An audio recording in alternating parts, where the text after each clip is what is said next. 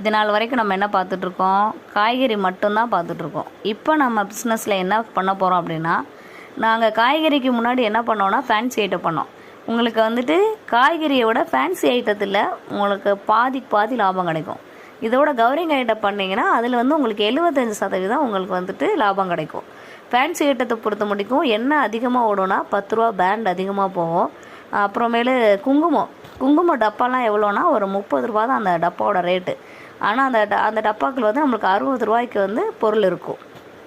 அது மாதிரி நம்ம என்ன பண்ணணும் அப்படின்னா, இந்த நார்மலாக இருக்க குங்குமம், மஞ்சள் கயிறு, அப்புறம் சாந்தி பொட்டு, இந்த மாதிரி ஐட்டங்கள் வாங்குறத விட அதாவது எக்ஸ்ட்ரா உள்ளது இந்த பூ வந்து பிளாஸ்டிக் பூ, அப்புறமேல பேண்டில் வந்து டிஃப்ரெண்ட்டான ஐட்டங்கள் அதெல்லாம் வந்து உங்களுக்கு விலை கம்மியில் தான் கிடைக்கும். பேண்டு வந்து நம்ம என்ன ரேட்டுக்கு விற்கணும்னா 250 350 வரைக்கும் இருக்கும். அதை நம்ம 10 ரூபாய்க்கு கொடுக்கலாம், 5 ரூபாய்க்கும் கொடுக்கலாம். அது உங்களோட இது தான். அந்த மாதிரி கவரிங் ஐட்டத்தை பொறுத்த மட்டும் ஒரு நார்மல் தோடு என்ன ரேட்டில் கிடைக்கும்னா, ஸ்டார்டிங் ரேட்டே வந்து 25 ரூபாலேருந்து ஸ்டார்டிங் ஆகும். கவரிங் தோடு 25, அடுத்து 35, 50, 100, 150, 250 ரூபா தோடு வரைக்கும் நம்ம வாங்கலாம். 250 ரூபாய்க்கு நீங்கள் தோடு வாங்கினா அது வந்து எவ்வளோக்கு விற்கலான்னா 500 ரூபாய்க்கு நம்ம விற்கலாம். தாராளமாக 500 ரூபாய்க்கு விற்கலாம்.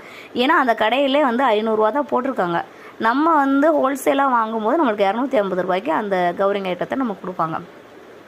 ரெண்டாவது செயின் வந்துட்டு சார்ட் செயின் என்ன ரேட்டுக்கு விற்கலாம், 75 ரூபாய்க்கு இருக்கும். அந்த செயினை 75 ரூபாய்க்கு வாங்கி நம்ம எவ்வளோக்கு விற்கலாம், 150 ரூபாய்க்கு விற்கலாம். 150 ரூபா நீங்கள் ஒரு 10-20 குறைச்சி 130 140 அந்த ரேட்டில் வந்து நம்ம வந்து கொடுக்கலாம். அதே லாங் செயின் இருக்குது பார்த்தீங்களா, தாலி செயின், அப்புறமேலு அந்த டிசைன் செயின்லாம் வந்துட்டு இப்போது தாலி செயின் என்ன ரேட்டு போட்டுப்போம், 125லேருந்து 150 வரைக்கும் அவங்க நம்மளுக்கு கொடுப்பாங்க. நம்ம என்ன ரேட்டுக்கு விற்கணும்னா 250லேருந்து 300 ரூபா ரேட்டுக்கு நம்ம விற்றுக்கலாம். அதே மாதிரி இந்த டாலர் செயின் வந்து அங்கே வந்து 550 ரூபாய்க்கு அங்கே விற்பாங்க. நமக்கு என்ன ரேட்டுக்கு கொடுப்பாங்கன்னா 275 ரூபாய்க்கு நம்மளுக்கு கொடுப்பாங்க. உங்களுக்கு இந்த மாதிரி ஃபேன்சி ஐட்டம் இல்லை கவரிங் ஐட்டம் ஏதாவது ஒரு பிஸ்னஸ் பண்ணணும்னு நீங்கள் நினச்சிங்கன்னா ஒரு மினிமம் ஒரு 5000 இருந்தால் உங்களுக்கு போதும்.